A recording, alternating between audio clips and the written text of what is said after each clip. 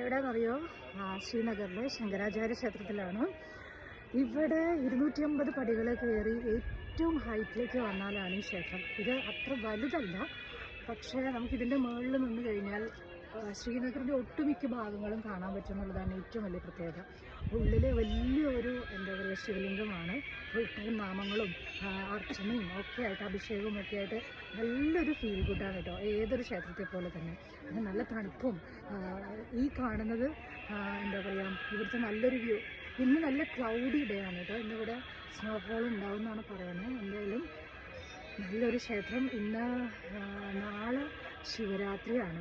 അപ്പോൾ അതുകൊണ്ട് തലേ ദിവസം നമുക്ക് നാട്ടിൽ നിന്ന് ശിവരാത്രി ശിവനമ്പലത്തിൽ പോകാൻ പറ്റിയില്ലെങ്കിലും തലേ ദിവസം ഇന്ന് ശ്രീനഗറിലെ ശങ്കരാചാര്യ ക്ഷേത്രത്തിൽ പോകാൻ പറ്റി. ഭയങ്കര ഹാപ്പി.